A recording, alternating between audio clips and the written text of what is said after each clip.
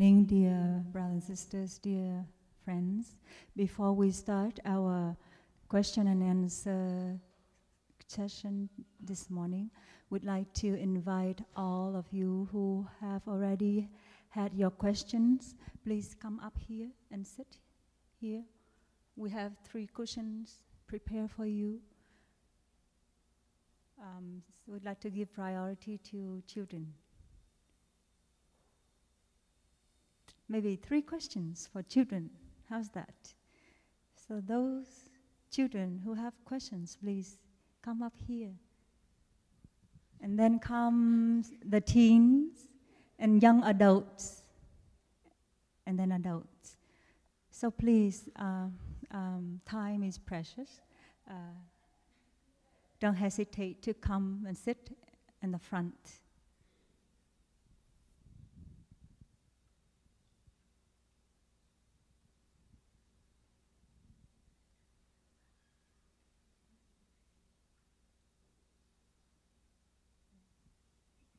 And if you are shy, we give priority to children. Yes, so please sit. Yeah, the first row here, yes. It will come to your turn. Yeah, so children, please sit here. Okay. If you are too shy to come here to ask a question, you may like to write down your question on a sheet of paper and pass it up here. Or if you don't want to be filmed, then you have the right to stand behind the camera. Is that okay? Okay. Are you ready? Okay. So let us listen to 3 sounds of the bell for us to come back to ourselves, to listen to ourselves breathing, so that whatever we want to say, we want to ask, can come from a place of calm and clarity. Okay? Thank you.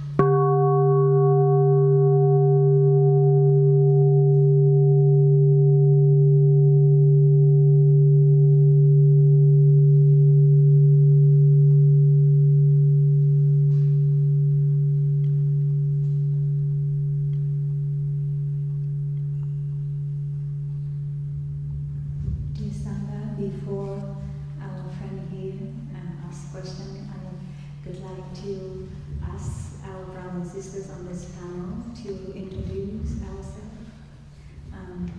So my suggestion is that we introduce the person sitting next to us, and we learn about the practice of being new to recognize the good qualities in ourselves and in the other person. I'd like to suggest that when we introduce our sisters and brothers sitting next to us, we can also share with the community about the quality we appreciate in the other person. So I'd like to go first. I would like to introduce to you our sister Nghiem, Sister Flower. She is the eldest sister of the sister Sangha, but she is very young at heart.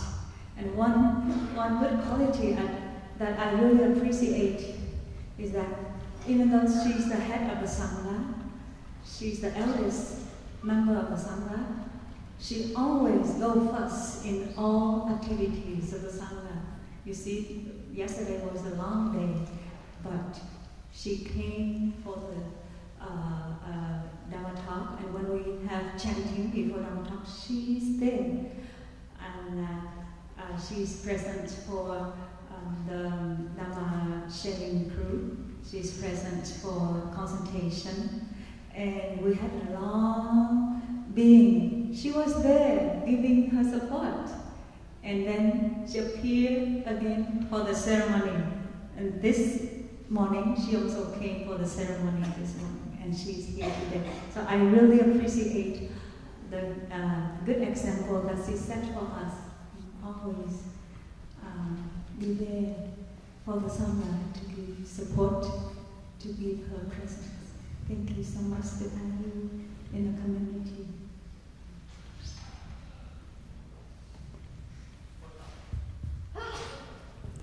Dear respected Thầy, dear Sangha, I was shy when Sister Spirit introduced me with you. I am not good at too much at that. First, I would like to say that Happy New Year to everyone, and I wish everyone to have a year come with a lot of peace and happiness. So now I would like to introduce the brothers who sit next to me. I appreciate very much the thing he did, but I cannot do it. That he was barefoot in the winter. And he always walk meditation without shoe, even the weather is very cold. And one thing is very special, that you know that she swim in the pond during the snow with the cold water. And so I cannot do it. It's very special. That means so that his health very strong. And when your health is strong, that means so your practice is strong as well. His practice is very diligent and very generosity and kindness. He make a very good food, like good bread to the Sangha. In the brother side, they enjoy his brown bread every breakfast. And you enjoy his cooking. Yesterday he cooked. Yesterday he make macaroni. Yeah. And he make a carrot cake. Very nice. So we will like.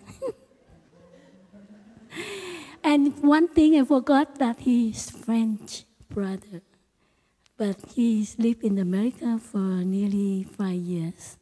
So I appreciate very much for his presence as the younger brother in the community. He did his best for the Sangha.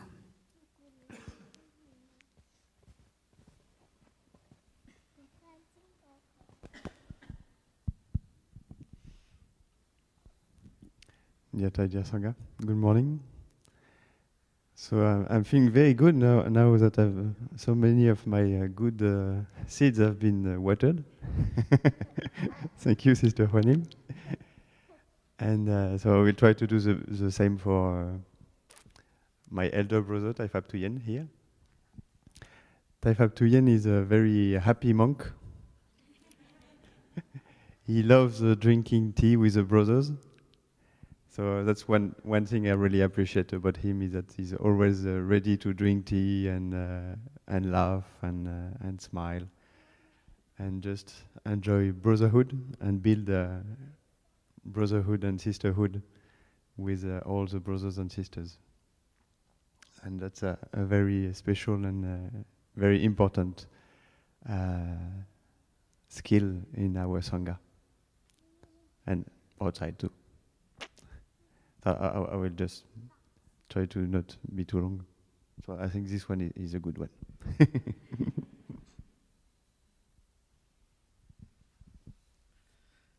My turn. I don't remember her name in English. I just suddenly that I know that Spirit Airline. I remember that's her. Her name is Spirit. Because I remember Spirit Airline that because the ticket were cheap.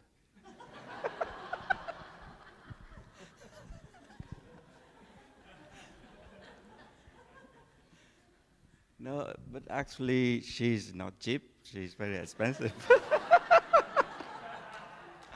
In the Sangha, she has good voice. This morning you heard about, she was chanting, so beautiful voice, and she very kind of a sister in the Sangha.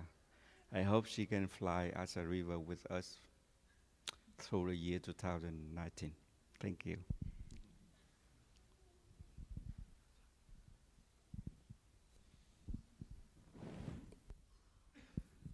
So thank you, dear brothers and sisters. Now we are ready to answer your question.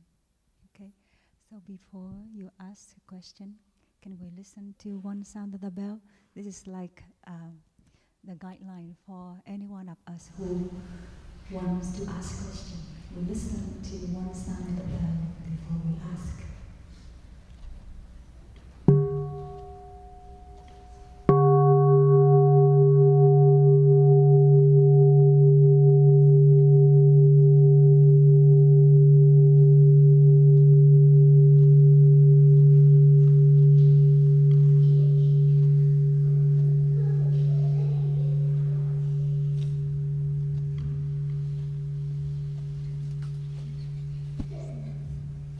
So my name is Aviv, and my question is, it's about deep relaxation and sitting meditation.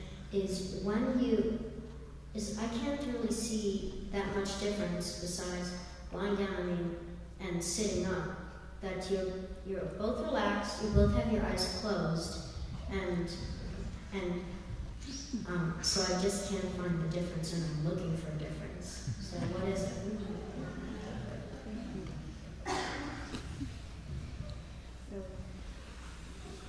Are you clear about the question? What is the difference between sitting meditation and relaxation?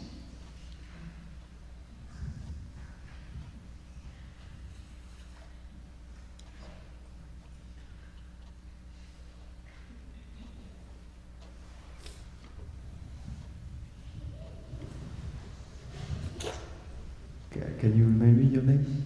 Aviv. Aviv. Thank you.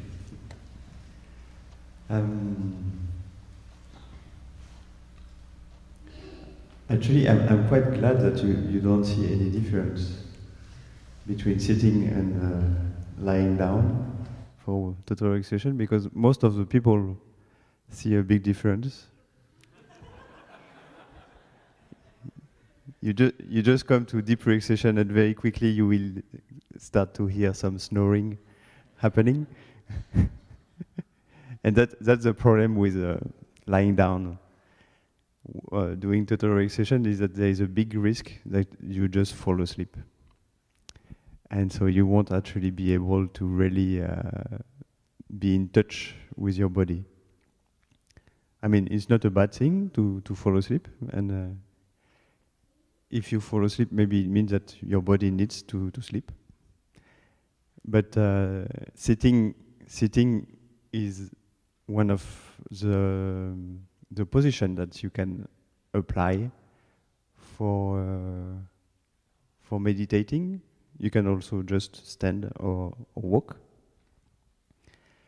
and it allows you to not fall asleep. But even by sitting, sometimes it's happening too.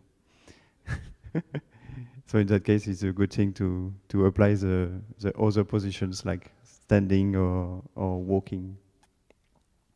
But that would be my short answer. That sitting is helpful to not fall asleep if you compare to deep relaxation. Does that answer your question? Yeah? Thank you.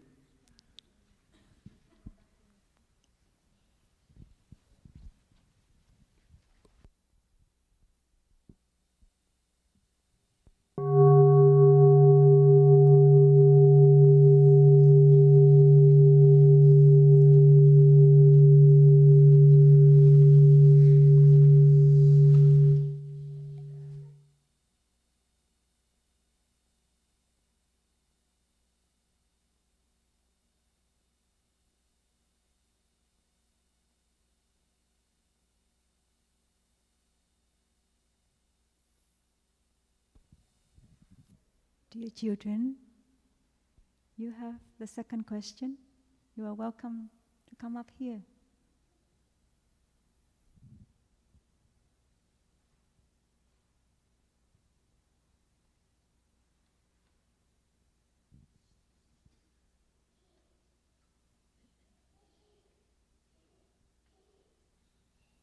While waiting, we'd like to invite the teens, the young adults, and the adults. If you have questions ready, please come and sit in the front.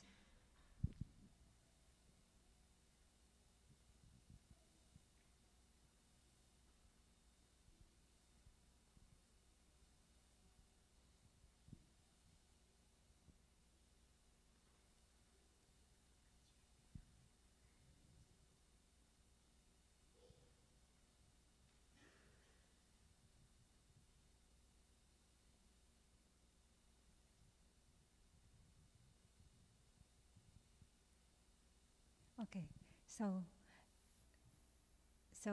the children think that is enough, right? And so we ask the children to enjoy your program with Sister Nghiem and Mom. Thank you for your presence. Please stand up and listen to the small sound of the bell so that you can say goodbye, bow to the audience, to the Sangha before you leave.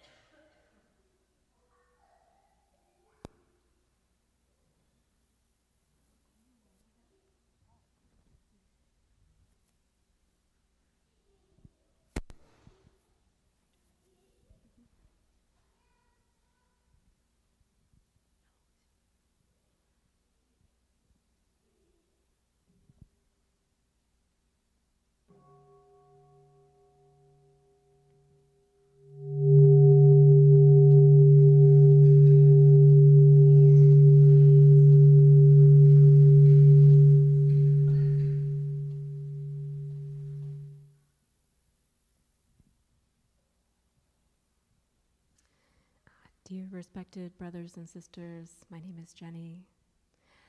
My question is, when we sit with the monks on one side and the nuns on the other side, where are the transgender people supposed to sit? And also people who don't identify as having any gender, where are they supposed to sit?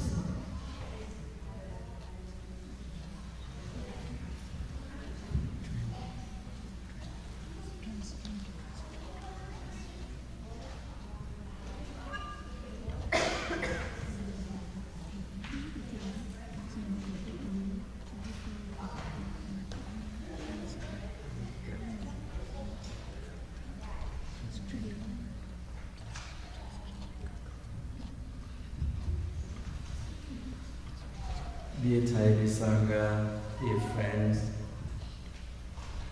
I would like to answer that question. So actually, where the place you feel comfortable to want to sit, you can choose to sit. We are in the Buddhist community. We have 4 Sangha and more than 4 Sangha. Not only monks and nuns, but also lay practitioners, also including in the community. That's why we chant, always chanting 4 Sangha, practice together, including everyone. So whether you want to sit at brother side or sister side, you feel free to sit. We describe the brothers and sisters because in the precepts of the Buddhist teaching, so we share like that. So we can do chanting and we do ceremony or we do Sangha Karma procedure. But for you, as a lay practitioner, you feel free to sit whether placed at the brother side or sister side. Or transgender, you may put a cushion or a mat at the middle, the end of the hall you can sit to, or the chair, so feel free to arrange to sit. Before we have big retreat or for young adults, we also organize at the middle, so we sit as a U shape. But in this retreat, we didn't organize that, but you feel free to organize by yourself. Nobody stop you. So you just feel free to organize for yourself and to sit, feel free. So we always open to embrace and welcome everybody to practice. Because the Buddha teaches that everybody have the Buddha nature. It means everybody have love and understanding very deeply inside. But everybody have the seed of awakening nature in us. The capacity of love and forgive and embrace and understanding. So as a student of the Buddha, we always open and welcome everybody. We don't discriminate man or woman or different agenda. So feel free to come and to arrange by yourself or to share with the organizing team so they know you are this gender or another gender, so they can arrange for you to sit, so don't feel different. Be yourself, be beautiful. Thank you. Thank you.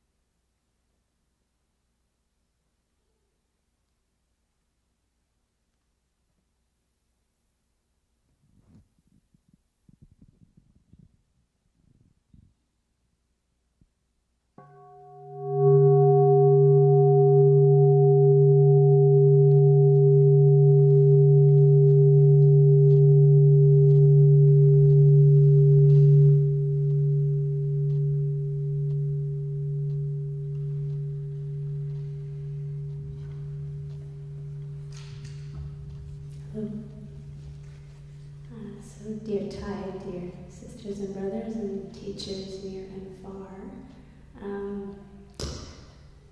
I have a question about how to live this practice in a political world. Specifically about how, for myself, I am aware how much time it takes for me to transform a response that is divisive within me into something that I find that is generative and generous to the person whom I find is speaking or acting from a position that is a position of oppression. And this also for me is a question about just earlier today in the chanting. It spoke to how, you know, all of the world out there is the world in here, and I assume you understand that, but the oppression on certain bodies is more than others. You know, our systems and structures of oppression. And so I don't know how to balance this tension in a way that I can actually respond, but it doesn't take me 8 months to respond because that's actually my digestion process at the moment. And I don't live in a monastery, and there's an urgency to things, and I'm having real trouble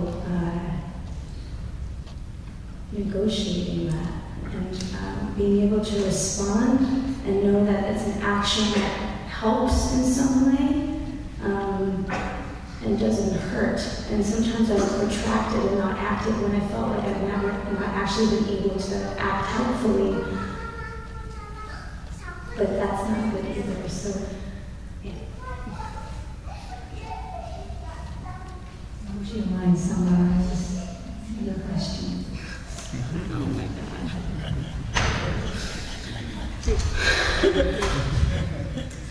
The succinct, eloquent summary of my question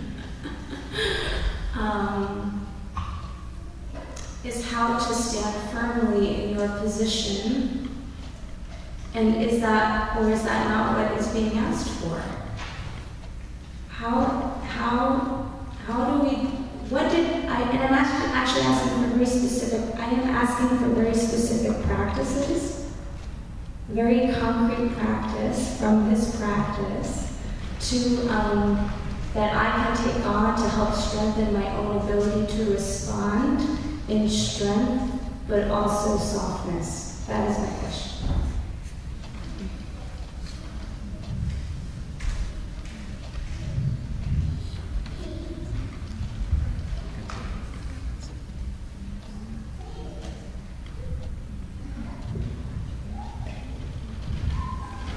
I don't want to take all the question for myself, but so the practice is come back to ourselves first before we do other things. First, I mean, I'm from Vietnam. The situation is very difficult in Vietnam, the country, a communist country, only one party, everything very difficult. Even though we want to open a center for the people to come to practice like this, we don't allow yet. So you see that you are a lucky person. You can free to come to the practice center like this, to practice meditation and to organize by yourself the Sangha wherever you want, at home or your country. But in Vietnam, we don't really have a center and free organize a big Sangha following Plum village tradition yet. So I hope in the future in Vietnam we open like America. So Vietnamese people can free to organize their Sangha and the monastery for everybody to free to come to practice meditation following Plum village tradition. Vietnamese people now they have to go to Thailand. We have another center in Thailand, so they can practice meditation following Plum village tradition.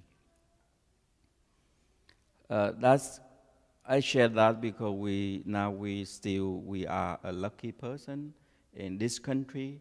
We're still free to come to practice meditation. So take the chance to appreciate the country still allow us to practice. We are lucky person, even though the political is still up and down sometimes in America country. But peace in oneself, peace in the world. You come back to yourself and take a deep breath in and deep breath out, or take one step in freedom and take another step in freedom. Make yourself peaceful. When you are peaceful and happy, and the people around you will be receive that kind of energy first. And first of all, that you feel peace in yourself, and you feel free in yourself. And then the second, that the people around you, your family, a member in your family, or in the environment, the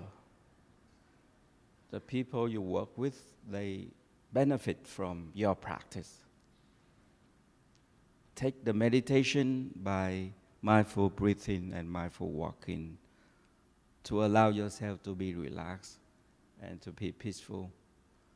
So first of all, you enjoy yourself, and then the second, you can offer That's kind of peaceful energy and happy energy to yourself and to people around you.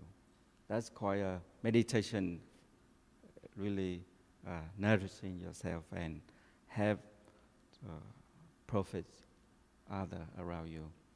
And then slowly, with a group or a sangha or a community, you can spread out slowly like blue leaf.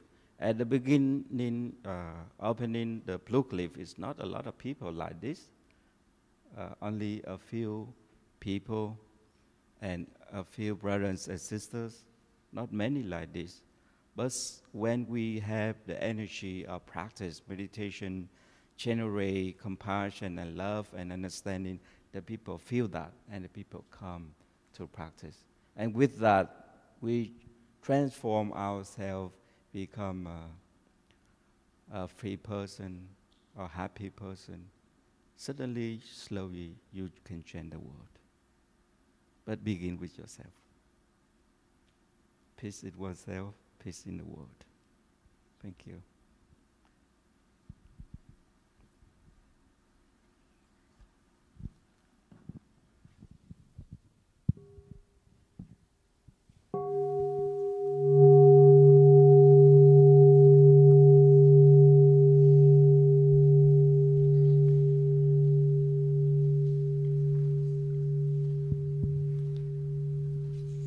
Dear Thai Sangha, dear friends, just would like to invite all teens, please, you can slowly rise up and bow to the Sangha. So you can, you don't need to stuck in the adult world. You can have your own world, okay? Please rise up and bow to the Sangha, and you can go outside to have your own schedule. Thank you.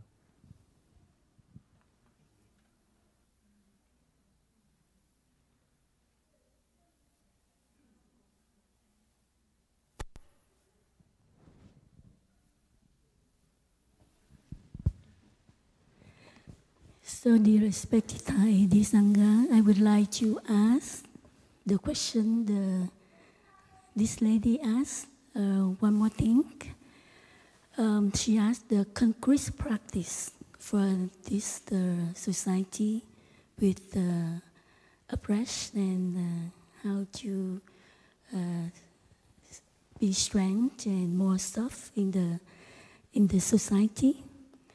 So the teaching of mindfulness, concentration, and insight can help us for living in this society.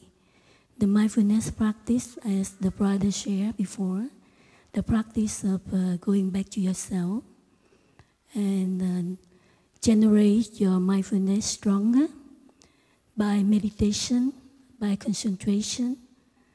So when your mindfulness stronger and your meditation deeper, your insight will arise.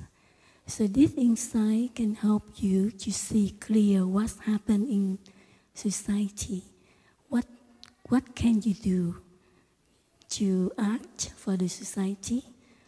What is benefits for you and for the people around you? So, but first we would like to help society. We need to help ourselves first. Self-love, like the brother shared, does mean we go back to ourselves to see clearly who we are and how we're living right now. If we don't see ourselves clearly, we cannot help society.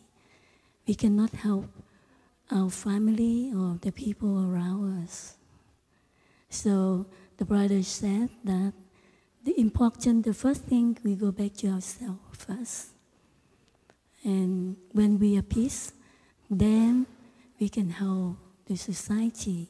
So that's why peace in oneself, peace in the world. If you live peace in your family, then the peace will go out of family. And if you can peace with your neighbor, then you can help the people in society. So the practice of mindfulness is a concrete practice. If we don't practice, we cannot do anything else. So put yourself, commitment, determination in your mindfulness practice. Yeah. So thank you.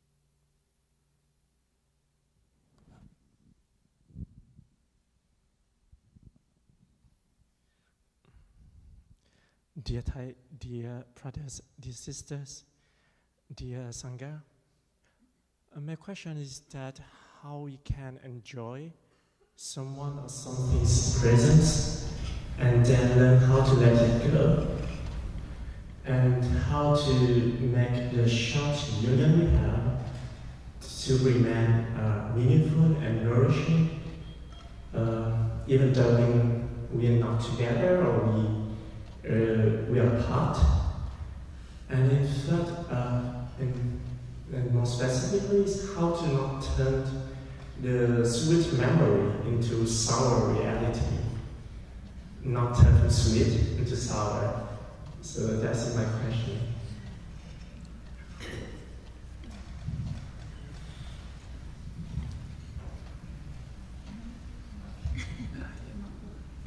Just know how to let it go, not to hold on to. Yeah, how to enjoy and then how to let it go.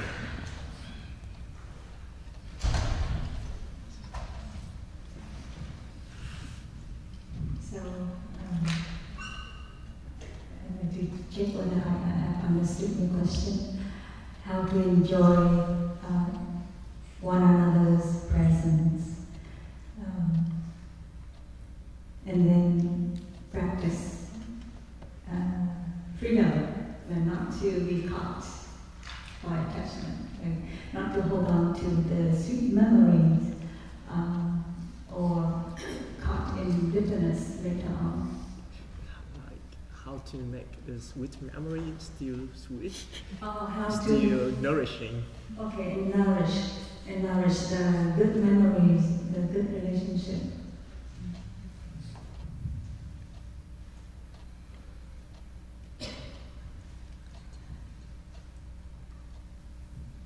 Would like to answer this question. She has been living long in the community, so she has a lot of experience.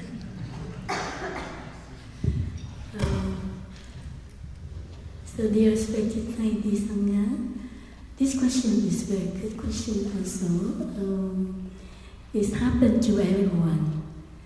When we live with someone, usually in our daily life, we have the two kind of tendency. One is attachment, love, like, and one is dislike and hate. But it's very rare. Not few people live in the neutral way. When we live with someone very close, long time we will have attached, love very much. But in our monastery, we learn from our teacher teaching. Our teacher told us, the brother and sister, we can love each other. And we can attach each other, but only 20%. That's for us. And the 20% is the limit for the brotherhood and the sisterhood. We cannot assist. If we assist 20%, that means we fall into the attachment. And the attachment will create a lot of suffering. So this question is more like for the people who practice very deep in the practice, who live in joy and no attachment. and have a good memory. So I learned a lot from living in the Sangha, in the community. In the past, when I lived with when I've been Thai student, Thai disciple, I love him very much. And I felt that I attached to my teacher. And one time he said, "Don't love me too much. Love in limit." And because he can feel that I attached to him, so he said, "Don't love me too much, my child." You know, so I learned many years. So later on, I knew that why I love him, in which, you know, my ideal about him, the picture about him, the image, his talent. So when I find out that, I just love him outside, but not the real person of him. I didn't understand him very clear. And I said, when you really understand someone, then your love is true love. And, you know, so later on, I understood what they're teaching, and I felt that when I love him and respect him as the teacher and enjoy his presence, and then I knew that if I want to make him happy, it means I have to live happily with my sister around me, and I love my sister. And my teacher said, if you really love me, you have to love your sister and your brother. So for many years, I learned from this teaching, and wherever I go, you know, I live with the sister. I enjoy their presence, their freshness, and their love, their understanding, and then I treasure every moment I live with them. And when I left, I don't feel regret. And anytime when I look back and think back to my sister, I remember them with the good memory, but I felt that it's no attachment, because the practice of myself with my teacher, I passed the attachment, and I feel very, I treasure his present moment. And I live wholeheartedly with my teacher. Also, I live wholeheartedly with my sister. And then when I left, I don't feel any regret. And so, even though I don't live with my teacher, with the sister who lived with me before, but it's not mean I forgot them. I still remember them. And anytime when I see them, I'm happy. And when I see them, I'm also happy. But I felt that it's more freedom. When with this kind of love, it's no attachment. It means, you know, this is the practice of being, enjoy the present wholeheartedly. We live there with them wholeheartedly. But when we live, we don't feel any regret, because you have been spent time with them.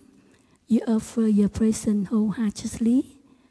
You live wholeheartedly with your beloved one. So when you not live with them, you don't feel any regret, and you feel freedom. Like many people, when you live with your beloved one, like your parents, your spouse, when one of them pass away, you a lot of suffering, because when they are alive, you don't live wholeheartedly with them. You're not present wholeheartedly, and we do not treasure every moment you live with them. So when they leaving, you feel suffering, because inside of our heart, the regret is there. So if we live wholeheartedly with our beloved one, we enjoy the present in the present moment. So when you don't live with them anymore, you don't feel regret. Because in this life we cannot request someone to live with you for permanence, right? Because life impermanence.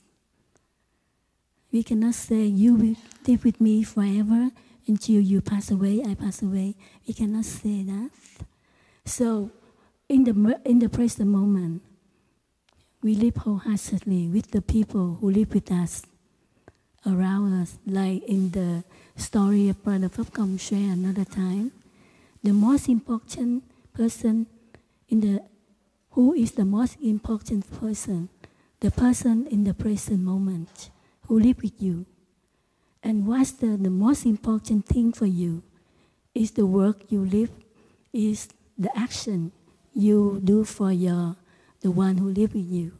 And what time is the most important, the time you live with that person in the present moment. So I don't know, this question is answer your question, but the brother and sister can add if you like. Thank you.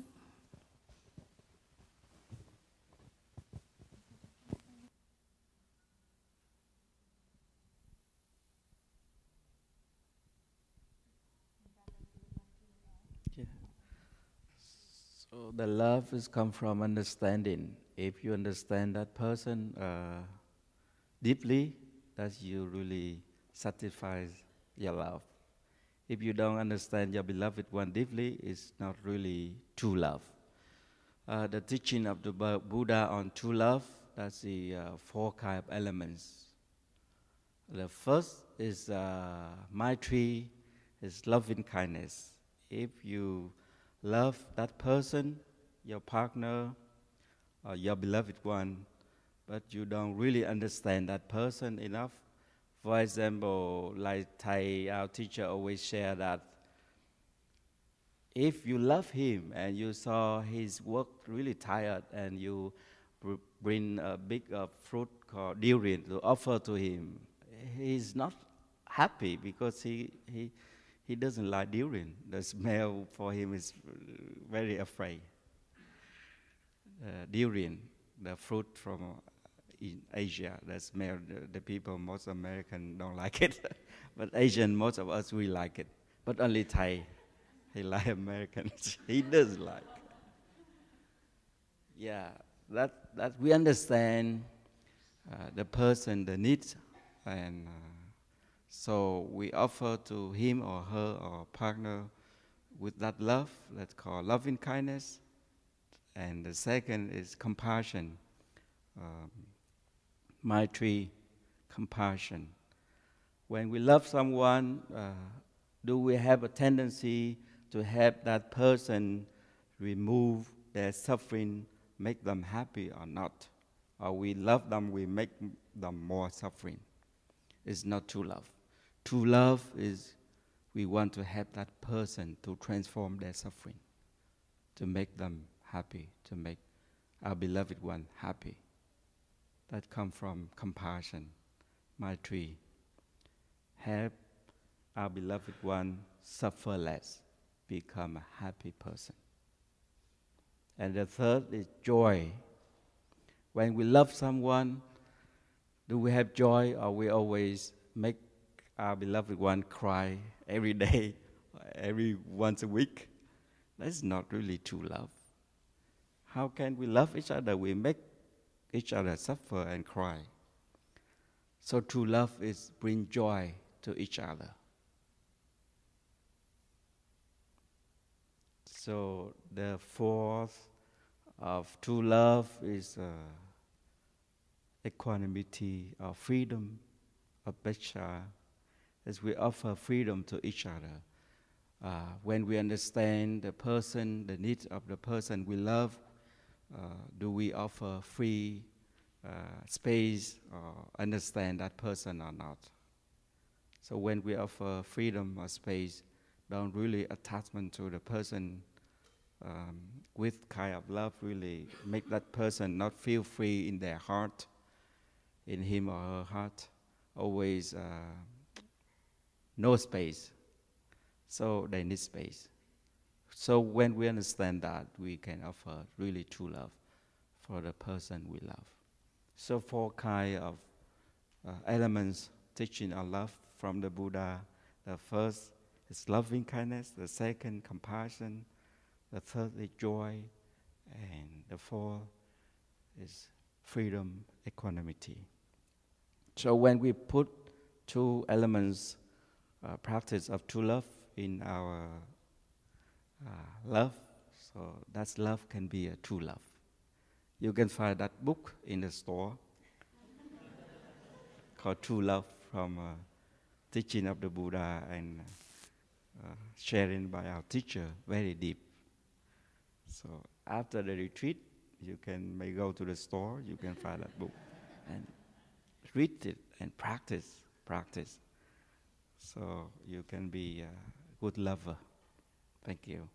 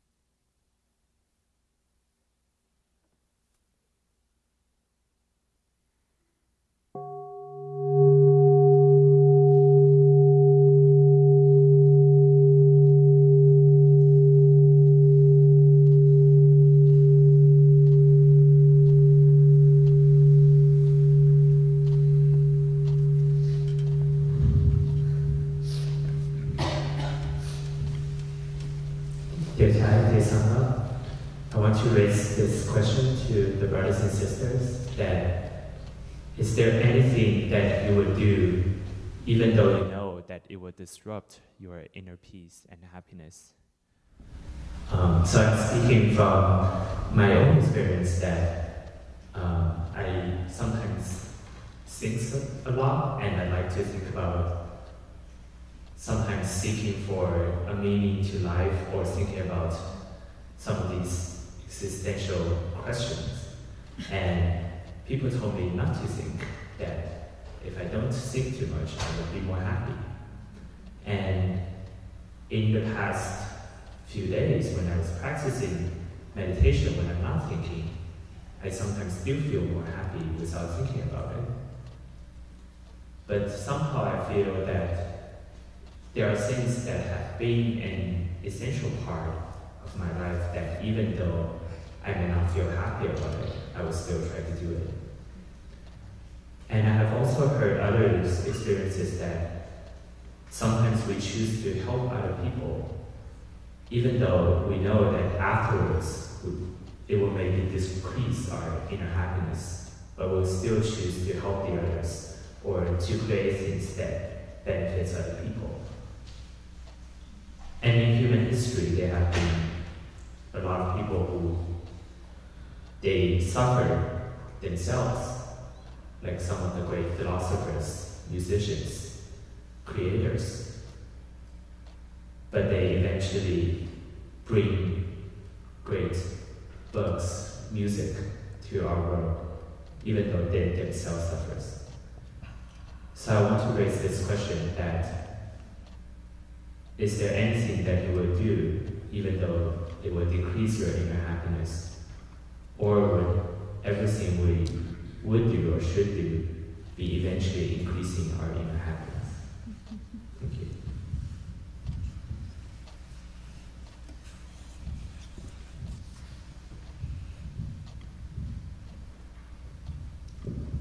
Dear Sangha, I would like to answer the question. My name is Sister True Spirit. I remember one time I asked Thai, our teacher, because Nghiem in Vietnamese, it sounds kind of strange. And so he somehow got to hear about some negative feedback about my Vietnamese name. So that I didn't like my name. So he tried to comfort me. You know, my child, if you practice your name deeply, day by day, you will see that it brings a lot of meaning to your practice life. Because one of our vital energies is spirit. So the three sources of vital energies: breath. If you talk too much, you waste your breath energy. If you think too much, you waste your spirit energy. Okay, and the third one, people outside, if they don't practice well the third training, then they waste their sexual energy. So, because I think too much too. So in order to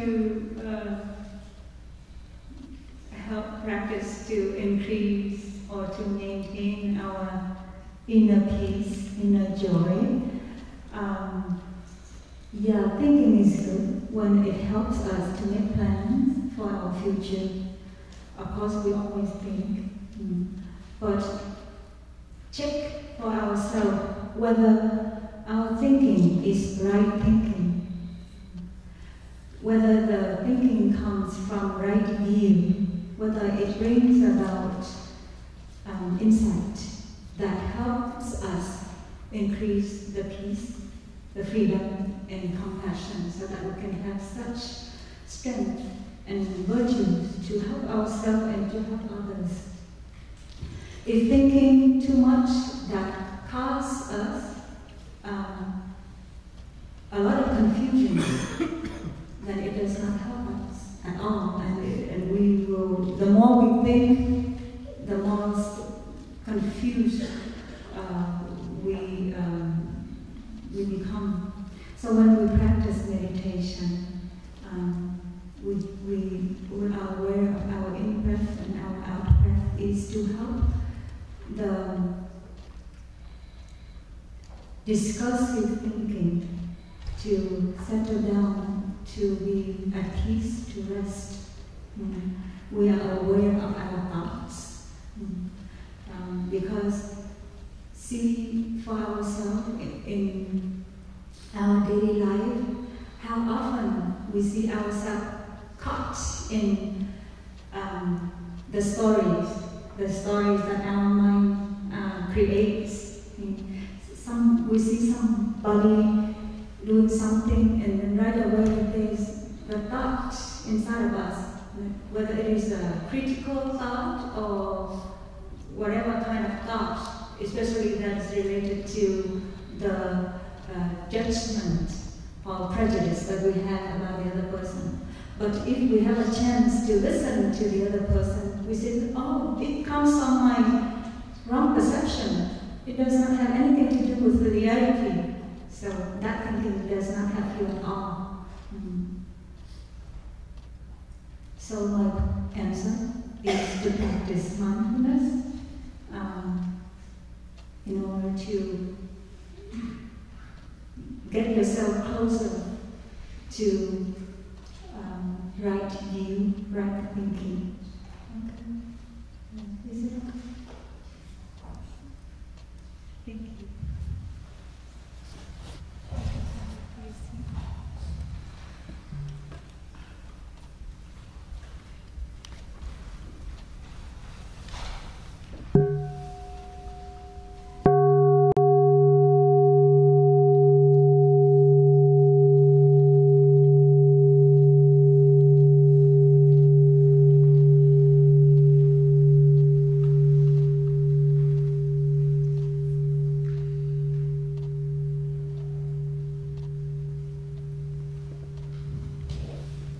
Dear Thai, dear Sangha, my name is Nikolai.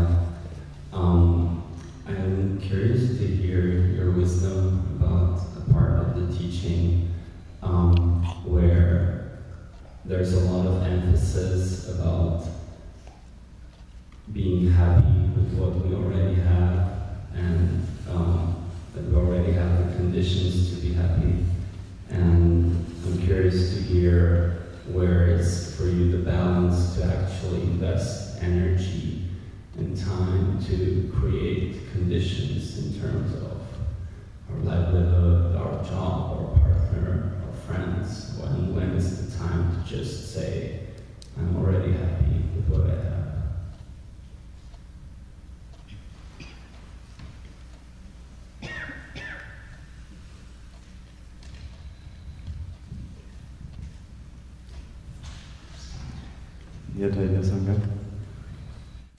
Thank you for your question.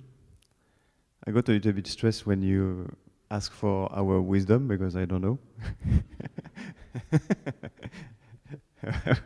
I will share what I experienced. So your question again is, when do we know we have enough conditions to be happy right now? I mean, the part of the teaching says we already have enough conditions, so it's about practicing to see it. Mm-hmm. And on the other hand, maybe instead of spending a whole day to be happy with what we have, to actually spend that energy to change our job, or change our partner, or change where we live, or whatever.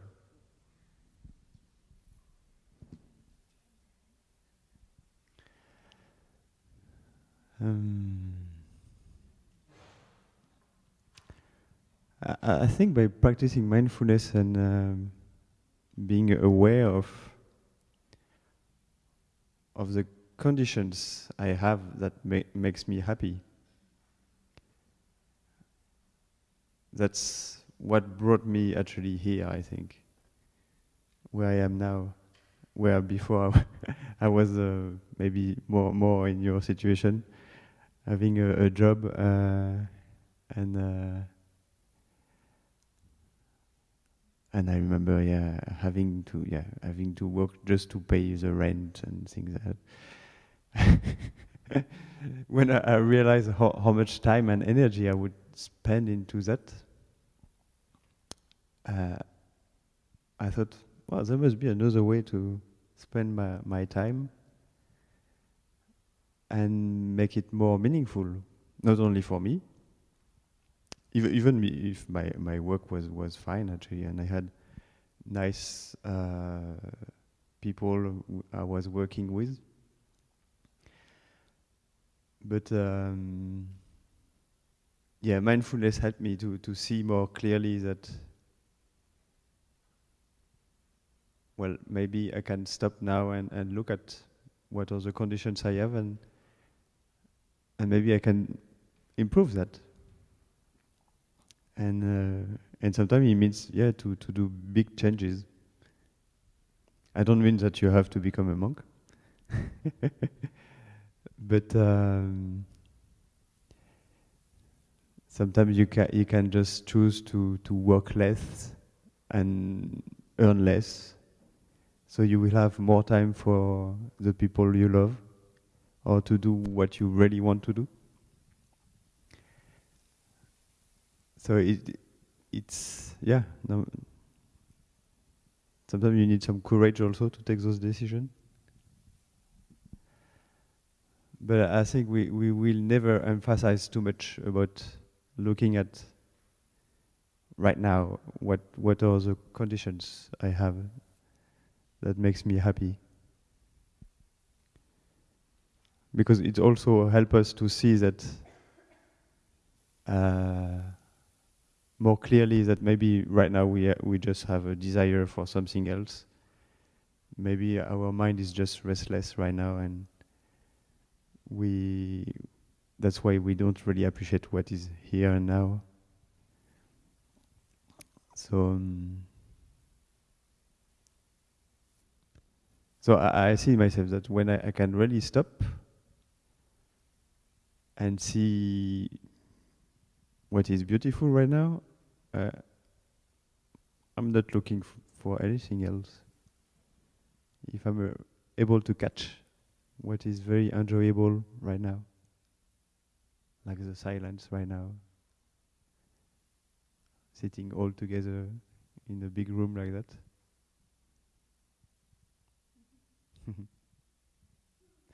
Does that answer your question?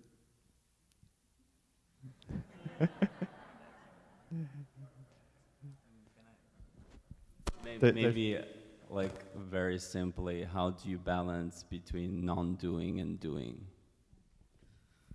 So, hello. The first practice of meditation is stopping, and the second practice of meditation is looking deeply. When we can stop our mind of running for a future or this or that, and then we can look in deeply in our situation and our need, so we can deal with it and we can handle it. For example, I have the monk's robe like this.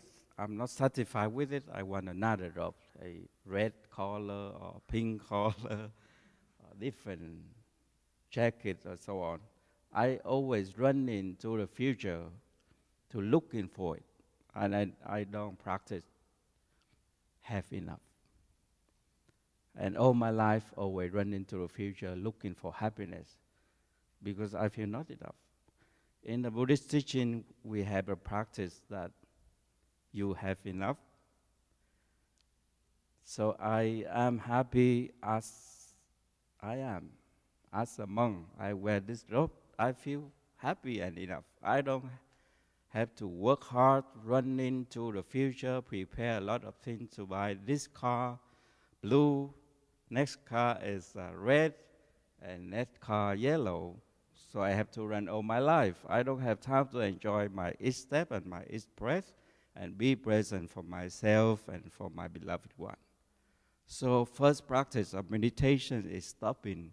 We stop the mind of running to the future, and then we can really enjoy our life, and we know how we have enough, right? If we know how we have enough, we can really happy in the present moment. If we don't know how to have enough, even though we live in the heaven, we still feel that we don't have enough. We're not happy with it. So the practice is come back to present moment and looking deeply in ourselves and in our environment and the situation we are, and we know how to handle and to deal with it and to be happy with it. Otherwise, we just running to the future, and the end finish our life. So that's we waste our time and energy and our life so much. So when we are stopping, so we know that what we do, we bring happiness to ourselves and to the people around us. That's a really meaningful life. Meaningful life. When we have the people happy, we are happy. Like we open a retreat like this for many of you to come to practice, to enjoy this retreat, be present for each other, very happy, and we are happy. Monks and nuns, we are cooks and clean house and preparing and with long-term helping, really tired, but we're still happy. And we continue open another retreat. So when we offer the happiness to the people, the increase the happiness in ourselves, right? So when you see that, you practice to have enough and to stop the running mind, monkey mind, and you really enjoy the present moments. You don't waste any moment of life. So that's what the retreat term is. Every moment is a gift of life. Enjoy every moment. Thank you.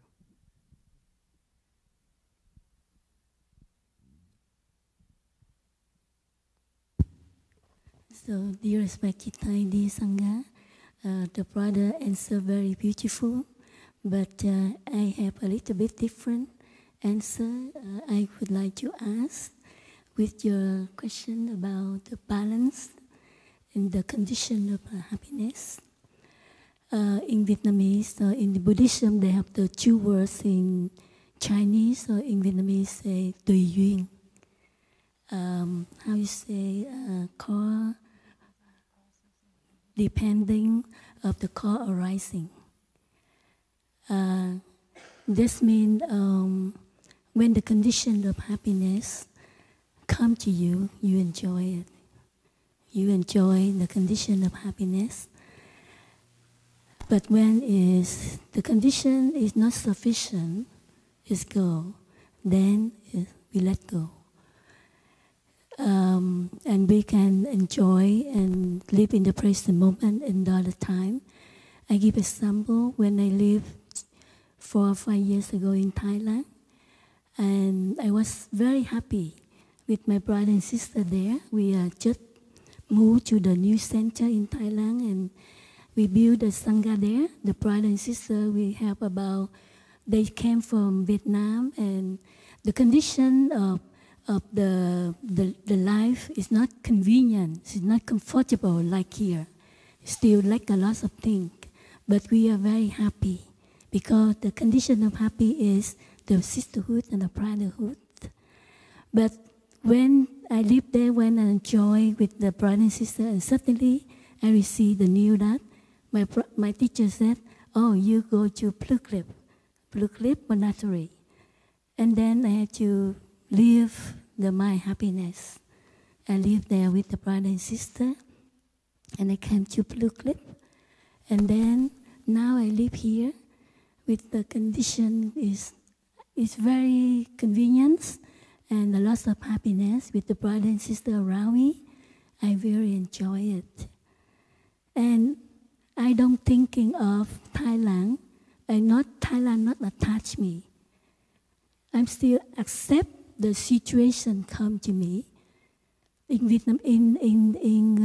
Vietnamese, there's the king. He got the poem with the 4 sentence.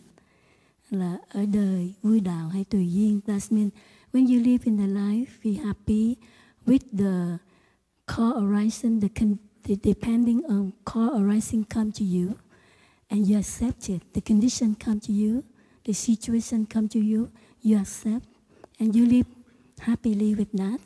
But when the condition is no more, you live and you go another, the other come to you, happen to your environment, situation.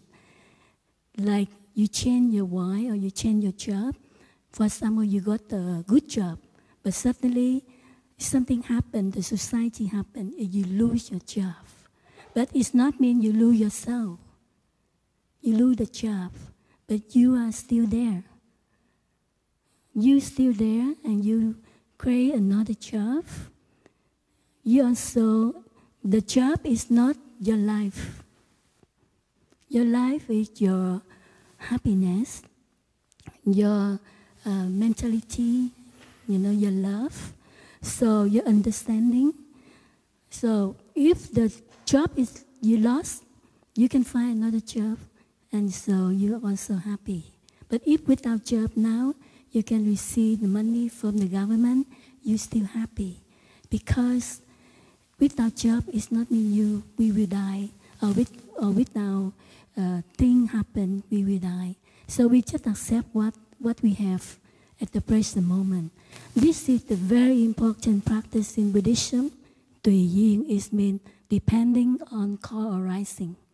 When the condition come, when condition sufficient, thing will manifest, and you live with that. You're happy, you accept it. But when the condition is non-sufficient, gone, then we let go. But we don't lose ourselves. We still keep our practice in mindfulness. And so the mindfulness, we go concentration and insight. So when you have these 3 of practice, you don't lose yourself. You will generate your happiness. Yeah, and okay. So I think I talked too much. I think I would like to end here. But you understand what my answer? Yeah, thank you.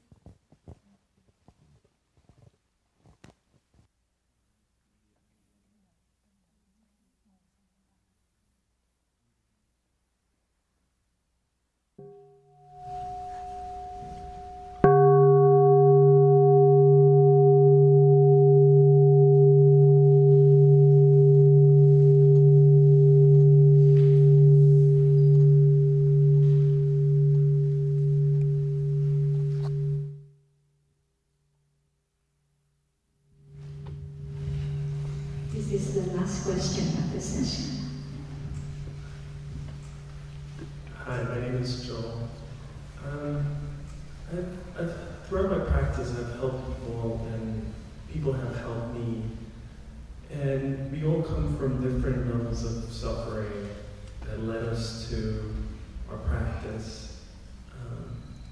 And often there seems to be some kind of totem pole, some kind of like levels of enlightenment or levels of views about others and where we are and how we see ourselves, how others see us. And the question really is, since we all have our own paths, since we all have our own levels of suffering, how do we convey to, or not convey, but how do we sort of accept that reality that we all have our own path, and how do you tell someone, you know, my practice is because of my suffering. My practice, the reason why I'm here, or the reason why I've come here, the reason why I've turned into my practice is due to the path that I've come across.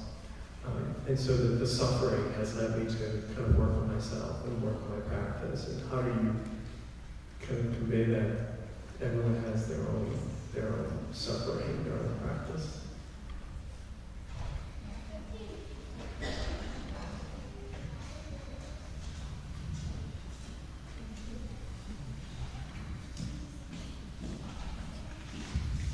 So dear Sangha, I'd like to answer the question.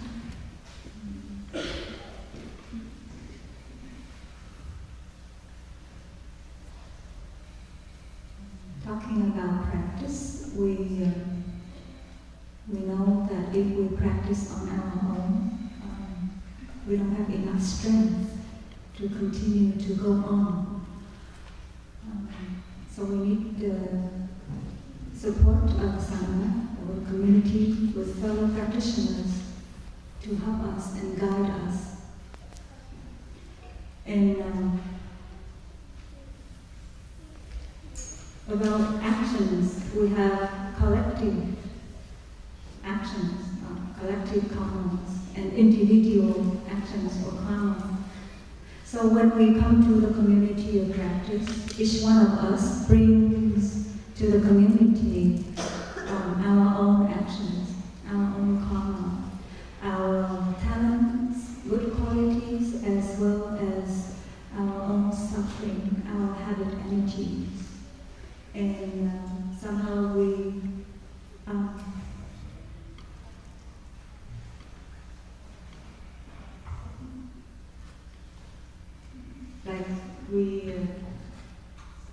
bring to the community, and the practice of our community is to recognize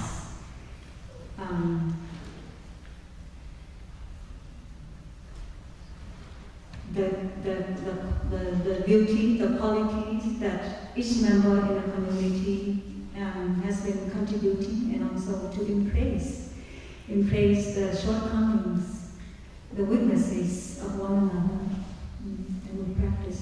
So sometimes I laugh with myself at the thought that when we talk about interbeing, we see the other person in ourselves and we see ourselves in others. So like when we breathe in and breathe out together, so my in breath is your out breath, and in your out-breath there is my in-breath, something like that.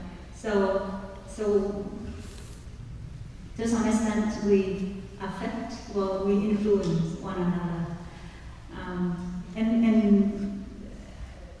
And the practice is there to help us to cultivate loving kindness and compassion.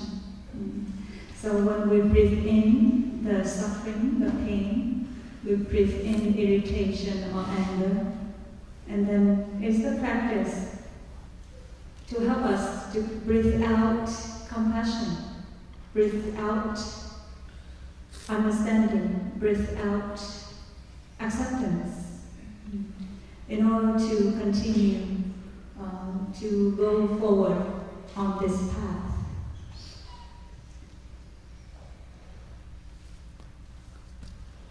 So Thầy, our teacher, always encourages us to open ourselves and surrender ourselves to the embrace of the Sangha, of the community.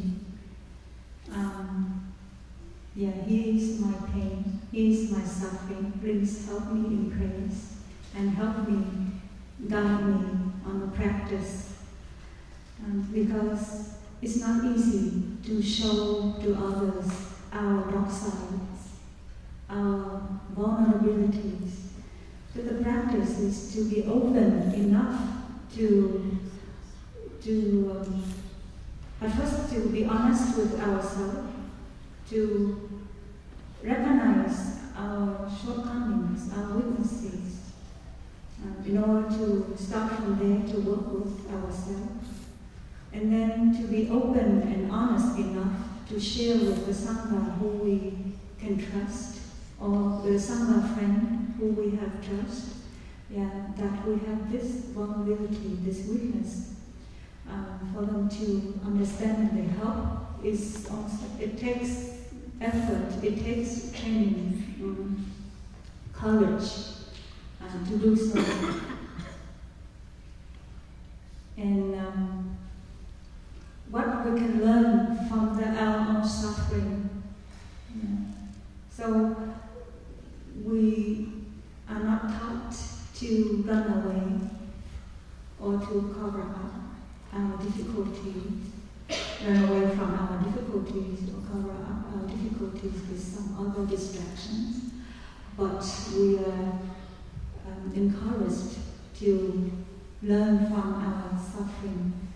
And so in our song there's a part that says, we welcome the mud in order to grow our lotuses. The insight, the lesson that we learn from our pain, from our suffering, to help us